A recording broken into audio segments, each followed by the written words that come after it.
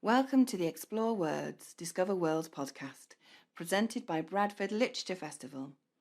In this episode, Anna Gunin, Daria Mattingly and Javaad Alipoor discuss the heart of Russia's invasion of Ukraine from their unique perspectives as a translator of Russian literature, a historian specialising in the Holodomor, and a writer and director. Recorded live at the 2022 Bradford Literature Festival, this episode is a fascinating exploration of the complex political and cultural dynamics between Russia and Ukraine.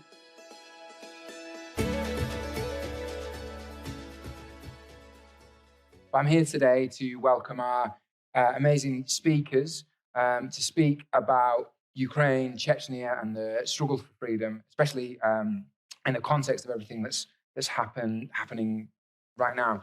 So I will start by just introducing our speakers here. To my immediate left, we have Daria Mattingly. She's a historian, Leverhulme Early Career Fellow at the University of Cambridge, where she received her doctorate degree and now teaches Soviet and contemporary Russian history. Daria provided research assistant to Anne Applebaum in her book Red Famine, Stalin's War on Ukraine in 2017, and translated it into Ukrainian. Daria's forthcoming own book explores identifiable and memorial traces of the rank-and-file perpetrators of the 1932 to 1933 famine in Ukraine. And we also have with us Anna Gunin, and Anna is a translator from Russian of literary fiction, narrative nonfiction, and stories that straddle genres. Her translations include Chernobyl Prayer by Svetlana Alexievich, co-translated, Pavel Bajov's folk tales in the Penguin anthology, Russian magic tales from Pushkin to Platonov, Oleg Pavlov's prize-winning novel, Requiem for a Soldier, and Mikhail Eldin's lyrical memoir of the Chechen Wars, The Sky Wept Fire. She's taught postgrad translation at the University of Bristol and City University, as well as in workshops and summer schools. So I'm sure you'll all join us giving them a warm welcome. Thank you.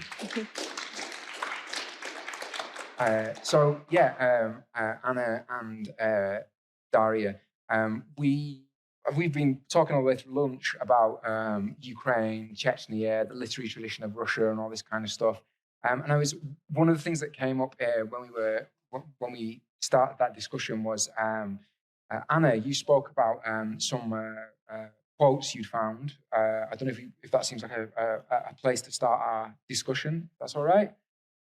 There's a couple of quotes while reflecting on the theme of firstly, thank you for coming. It's wonderful to be here in Bradford. It's my first time here, and I hope it's not my last.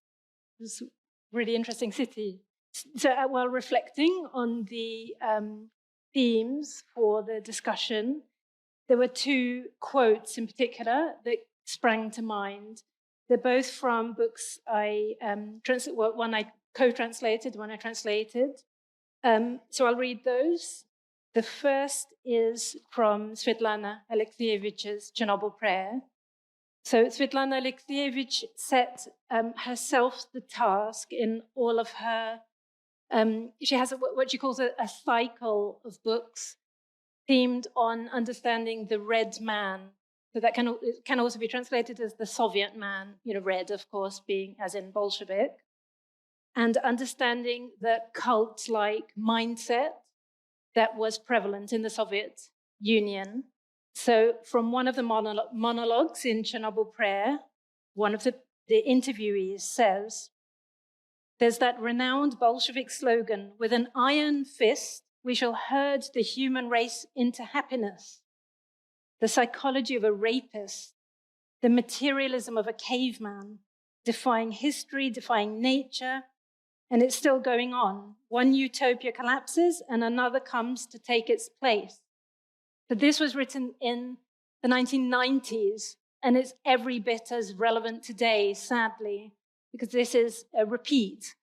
What we're seeing, of course, in the Moscow's behavior to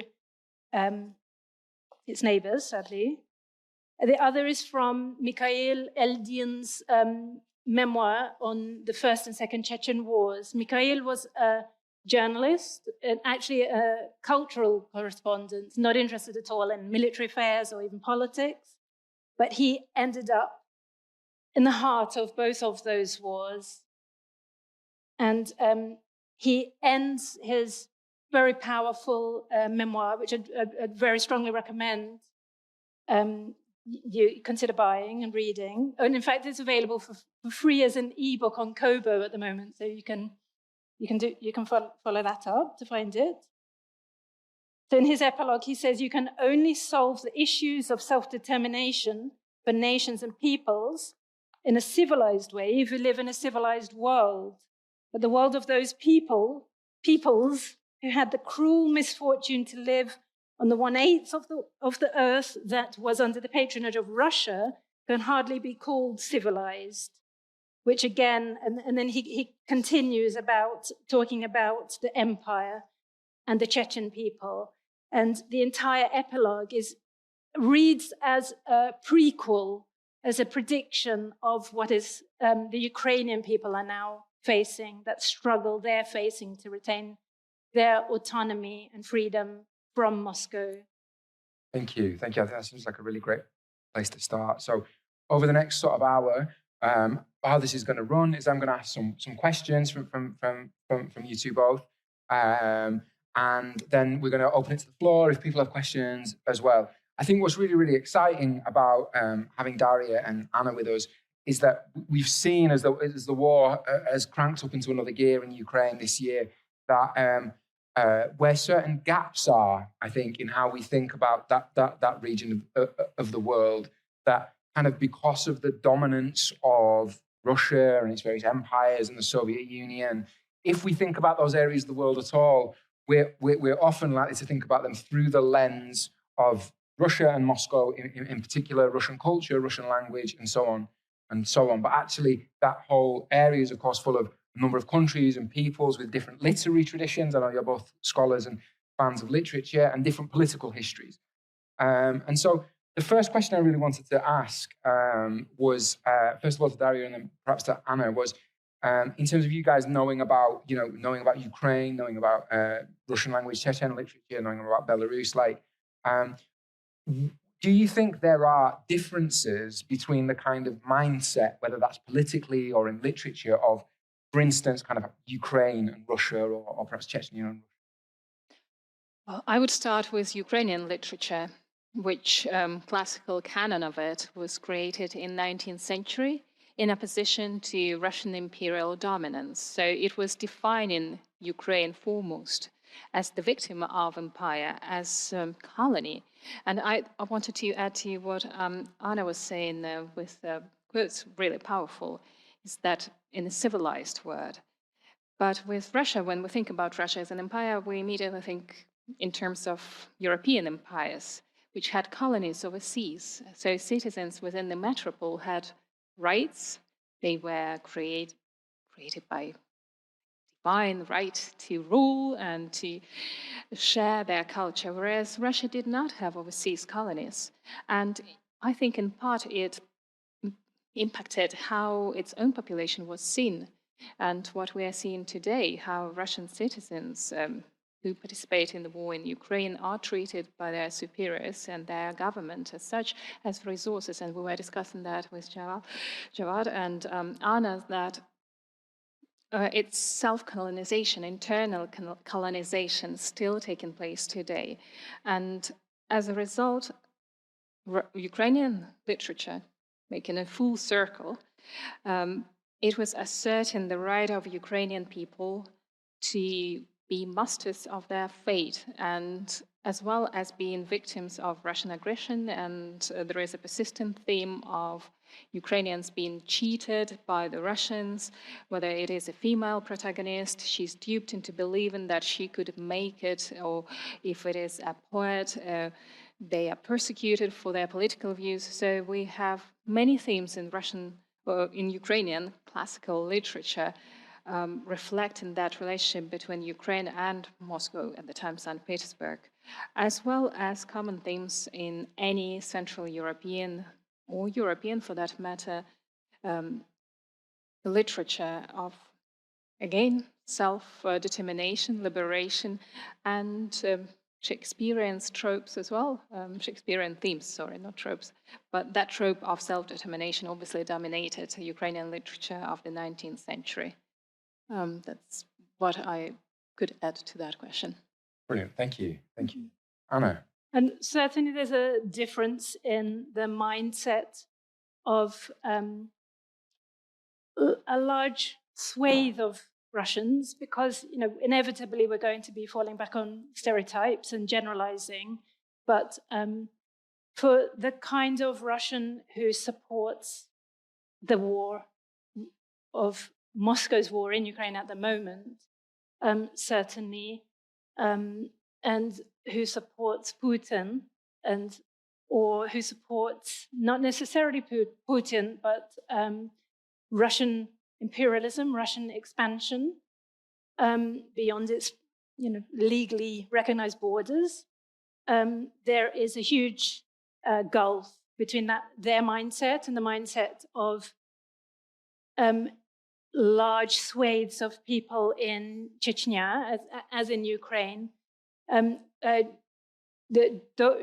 Dudayev, who was the first president of free Chechnya, when Chechnya won independence, declared independence, became independent in the early 90s, declared that every Chechen is, I think he said a brigadier general or some kind of top military chief, that every Chechen feels like Chechnya didn't have feudalism, and every Chechen feels like they have a right to freedom.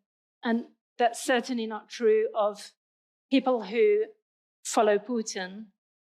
The Ruski Mir, which translates as Russian world, that ideology of the Kremlin is very much about promoting the Russian people as being the ethnic norm, the Russian language, again, as being the norm. There are actually laws in place restricting the teaching of other languages to a certain maximum number of hours per week of the languages of all the other peoples in the Russian Federation. There are huge numbers of peoples, huge numbers of language.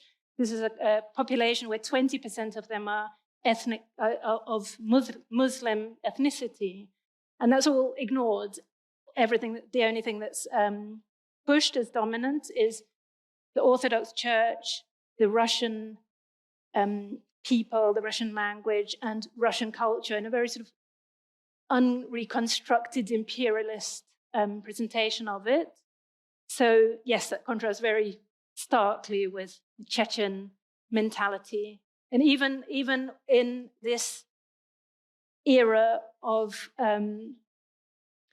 Chechnya, as with Chechen independence having partly failed because Chechnya is within the Russian Federation, nevertheless, Chechnya does enjoy a considerable degree of autonomy, which is partly a result of that difference. And that's really interesting. I suppose one both of you talking in different ways there about there being a sort of sense of Russian coloniality and empire and these kinds of things. I think sometimes it's obviously we in the West, we're sort of like aware of that history to some degree, but certainly I don't think it gets at the same time when the idea of decolonizing our universities or our cultural establishments in the West seems to be a super salient and important discussion to be having.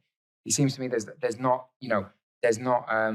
we don't think about, for instance, necessarily that, as Timothy Snyder, the historian, is very clear about saying, he thinks that Russia is fighting a colonial war against Ukraine, for instance.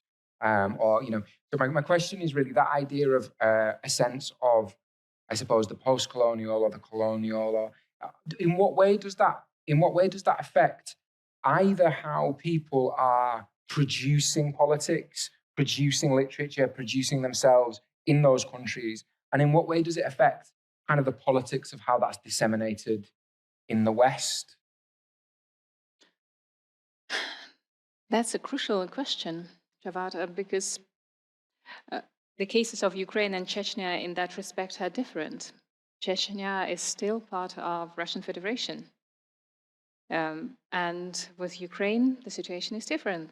Ukraine gained its independence in 1991, and many historians, including I already mentioned today in a different talk, Serhiy Plokhy and Anna Balbam, it was Ukraine that voted for to leave on 1st of December 1991, that led to the dissolution of the USSR, because it was constituent republic, second in terms of population and industry size in the USSR, and one of the founders, unwilling founders of the USSR in 1922, when its territory was taken over by the Bolsheviks. So in 1991, since 1991, Ukraine was writing its own history.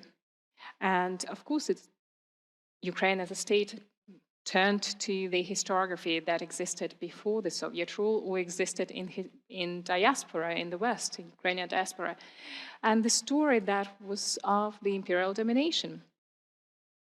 Similar, if I was to compare with Great Britain, it would be similar relationship between Ireland and Great Britain, or England.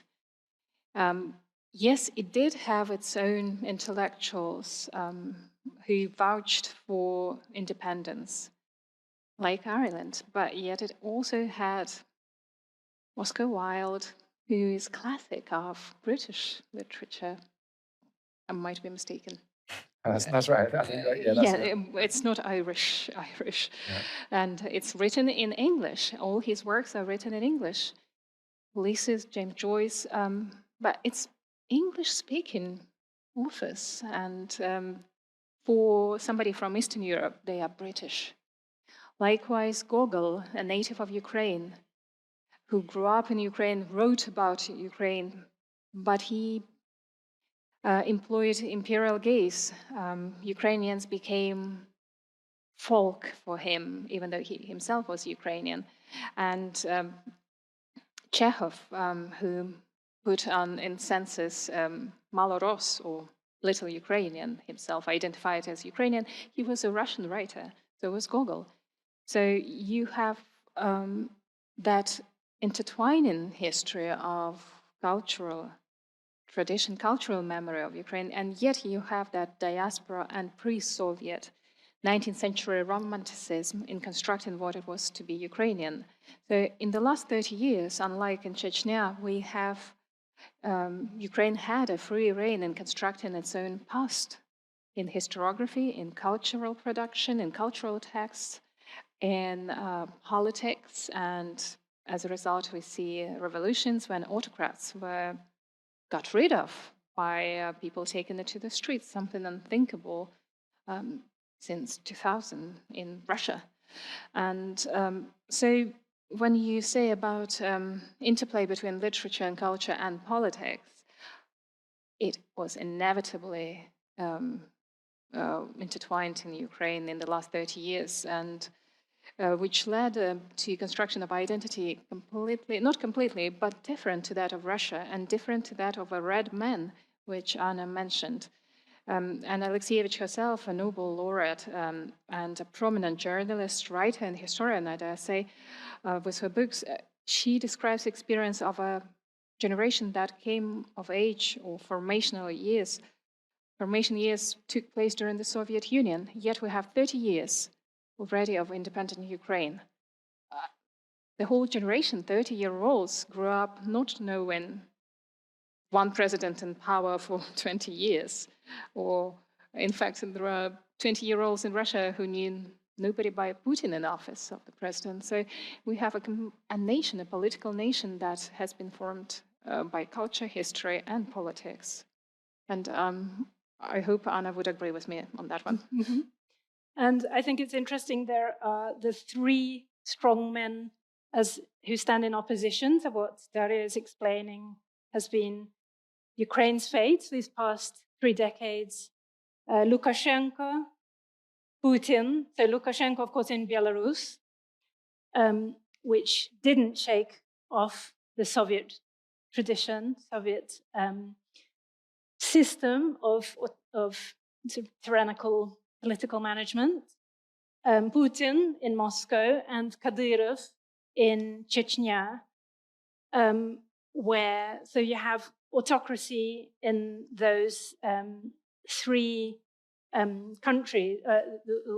In Moscow, in Grozny, which is within the Russian Federation. But as I said, Kadyrov has quite a degree of autonomy, and they say he is the second most powerful person in the Russian Federation after Putin. He's the only person who won't quake in his boots about worrying whether Putin will approve of his actions. And people have even in Russia talked of whether he could be a potential successor to Putin and end up running Moscow. They certainly were talking about this a few years ago. And Lukashenko in Minsk in Belarus. But along with the preservation of that tyrannical system in those lands, it's worth pointing out that within Russian literature, there has always been a tradition of cultural figures writing texts that are between. If you read them between the lines, you'll see what the author is actually getting at. And they developed ways to evade censorship, already going back to the 19th century. So it does absolutely inform and shape the culture that emerges. With a contemporary Ukrainian could write very freely about anything without having to worry about the secret police coming knocking on the door. In Russia, there's a very complex system of persecution of certain people who speak out. It's very contradictory. There are and have been, during Putin's rule, prominent people who, within not just politics, but within publishing, within the cultural sphere, who have had some very radical opposition to the Kremlin ideology, Kremlin narrative, to Kremlin promoted values in society. But many of them have run into problems. For example, the publisher Ilya Karmiltsev, who was himself a lyricist of a very famous rock band in the end of the Soviet times, Nautilus Pompilius, but he was also a poet and a writer and became a publisher of radical books. And he had a publishing firm called Ultra Cultura, which was the publisher of the first book I translated, which was on the Chechen wars, called I Am a Chechen, published here by the author German Sadolayev from Chechnya. And rather than the Putin or the Kremlin leadership sending people to throw him in the gulag or something like that, there would be tax raids to try to find, I think they came up with a pirated copy of Microsoft operating system or something. They'll find all different ways. They put pressure on the distributors of his books. They'll find all kinds of devious KGB-style ways of asserting pressure on people who do speak out, while also leaving many prominent voices of opposition untouched. So they tried to promote self-censorship, but also while maintaining this illusion that there are certain freedoms. Of course, that has changed very much now. The mask has dropped. And independent journalists, of whom there were significant numbers still, have fled. And many of them are now beyond Russia's borders, sadly. That's a really interesting answer. Thank you. And another question that would sort of lead me to really was just the interesting way that you guys were talking about. You were certainly, Anna, you were talking about the history of sort of like stuff being between the lines and this in Russian literature in different ways. I know that increasingly, certainly in Ukraine, certainly you were telling me this about in Belarus as well. There is a feeling from some dissidents or some nationalists or some people who want freedom for those countries, profoundly bilingual countries. I know, especially in the case of Ukraine and all this. Like, I've heard people say to me that in Ukraine, someone can talk to you. Historically, someone says something to you in Russian, you answer in Ukrainian. That's.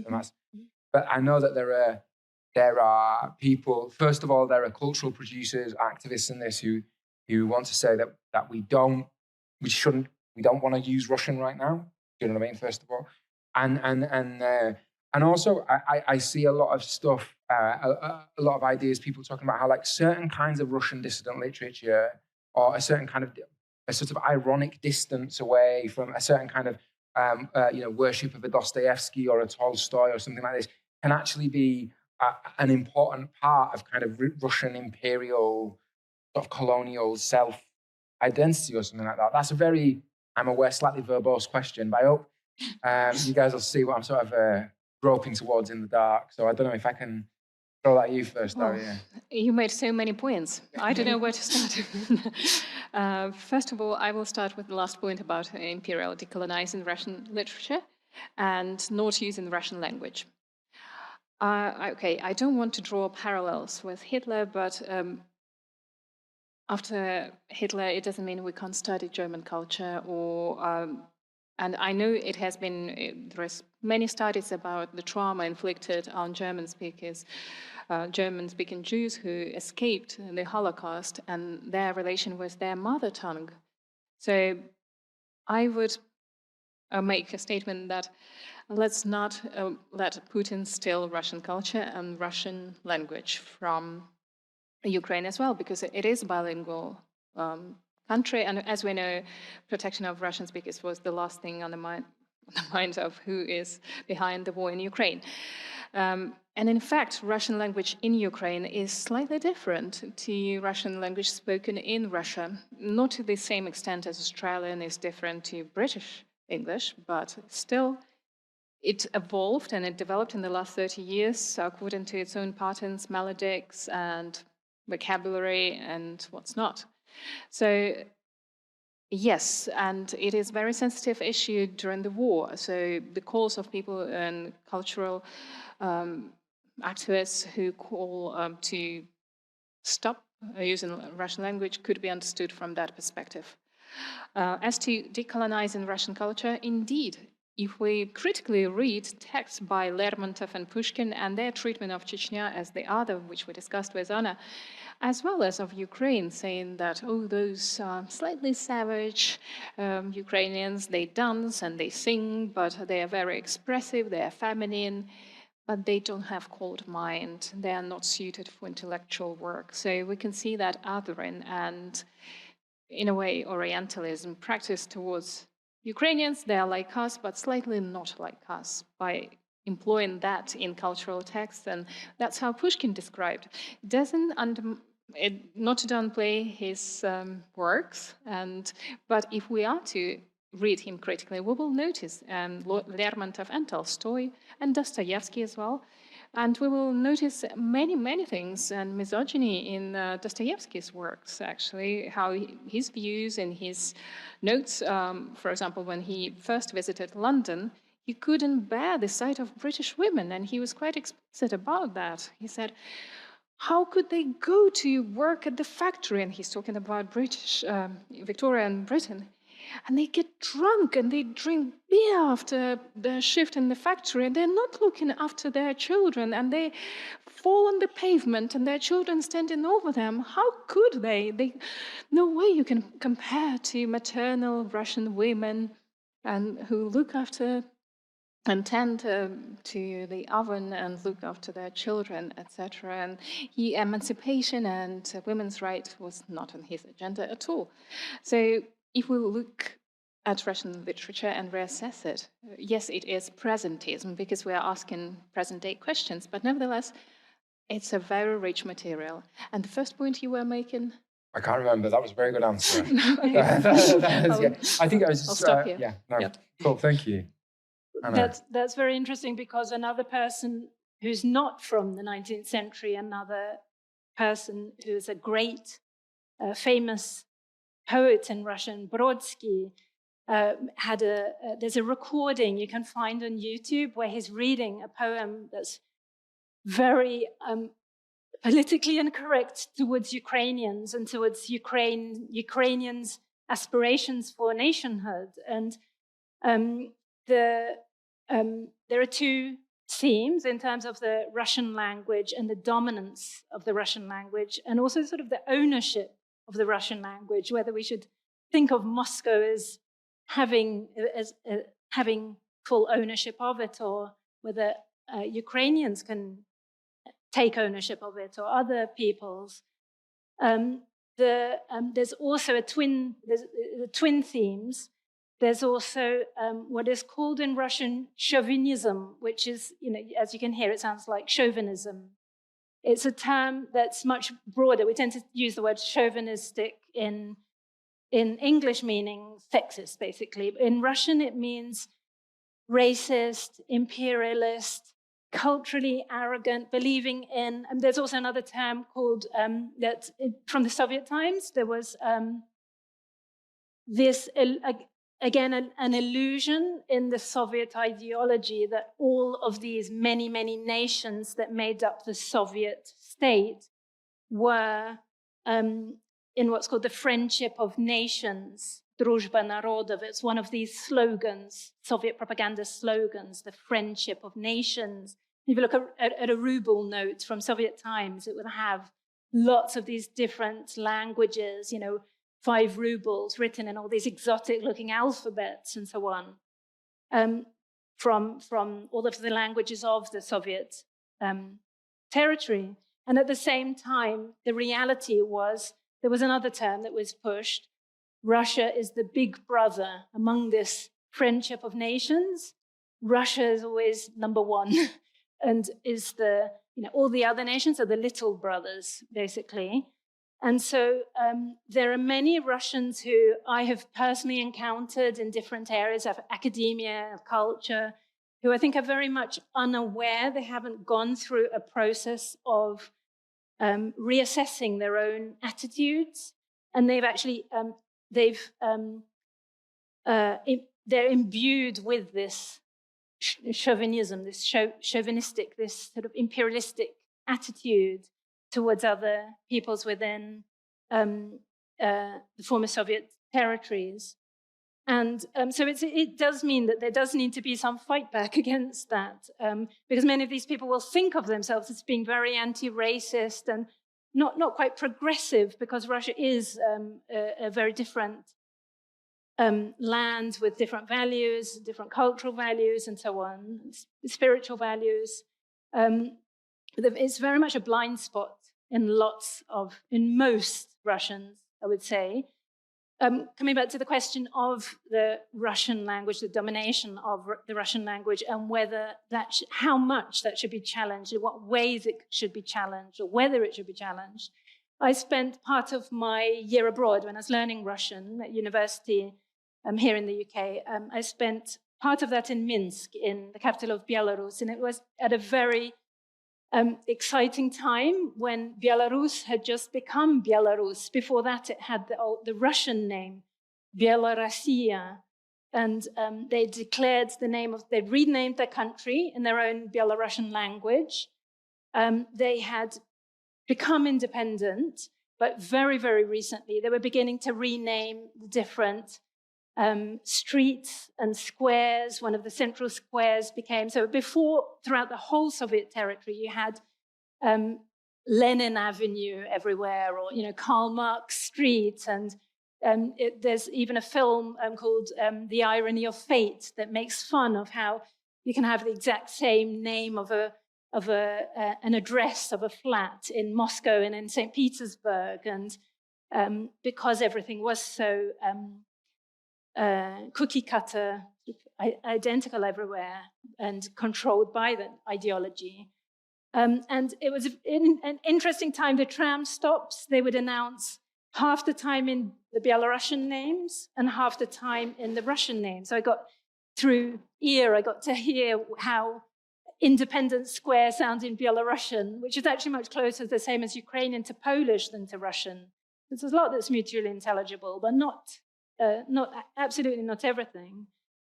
And when coming back to Svetlana Alexievich, she is half Belarusian, half Ukrainian. Chernobyl Prayer, which I co-translated by her, is set partly in Ukraine, but largely in the territory of Belarus. Some of the words even that some of her interviewees use are Belarusian. And that's, because as Daria was saying, a different form of Russian can, the people speaking Russian, but they'll intersperse it with Belarusian words. It happens very organically, very naturally. But Belarusian nationalists in Belarus attack her and take her to task for not writing her works in Belarus in the Belarusian language. On the other hand, if she, with her writing in Russian, gives her a huge audience, it means that people in all of those states that now do have autonomy, Ukraine, the Baltic states, where the younger generations are turning away from the Russian language, they're more interested in learning English. But the older generations can read everything that's written in Russian. And to me, it seems that would be a very exciting path forward for the Russian language and the cultures that emerge from that language to be reclaimed from. So it's an interesting point, isn't it? Like we're saying to you, why shouldn't Salman Rushdie write in English? Why shouldn't Gabriel Garcia Marquez write in Spanish and so on? But yeah.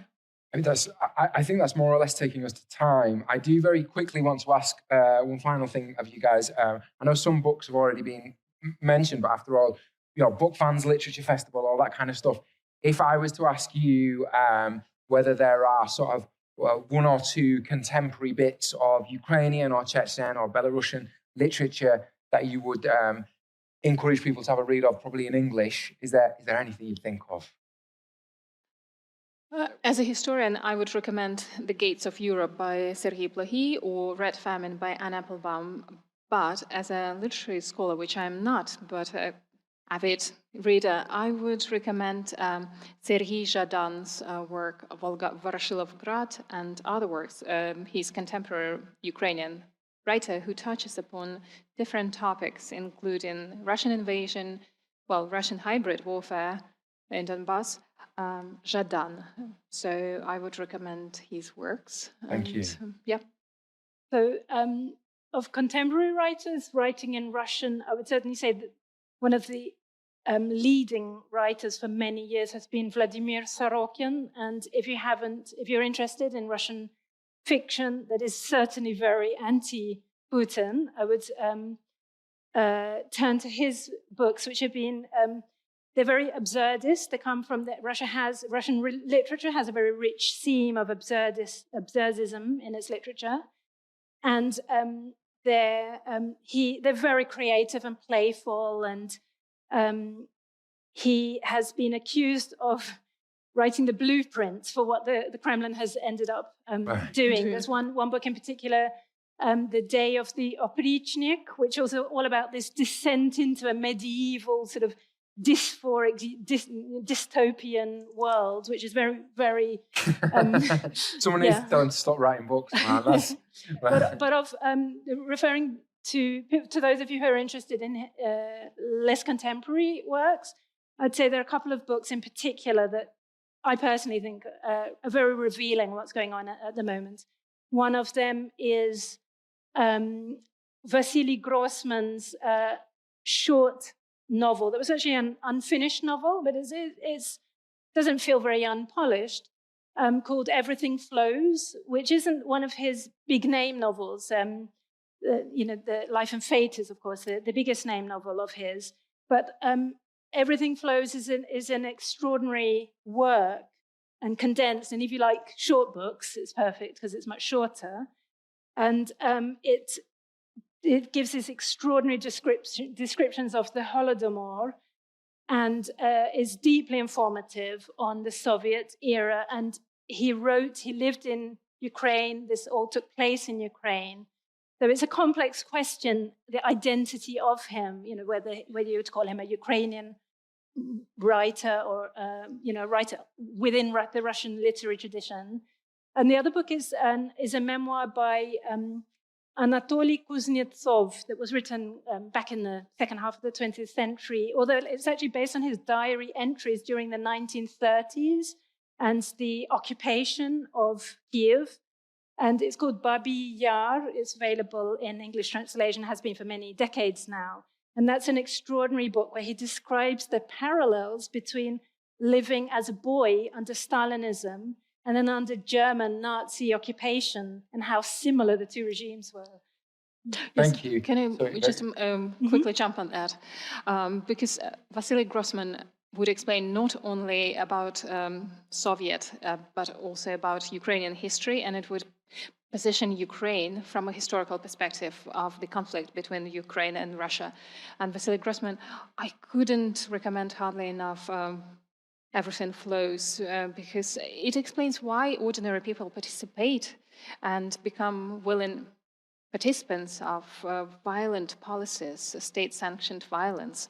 And it is based on real people. And in my dissertation, I interviewed his daughter, Vasily Grossman's daughter, and every testimony you find in that book, and they are deeply moving.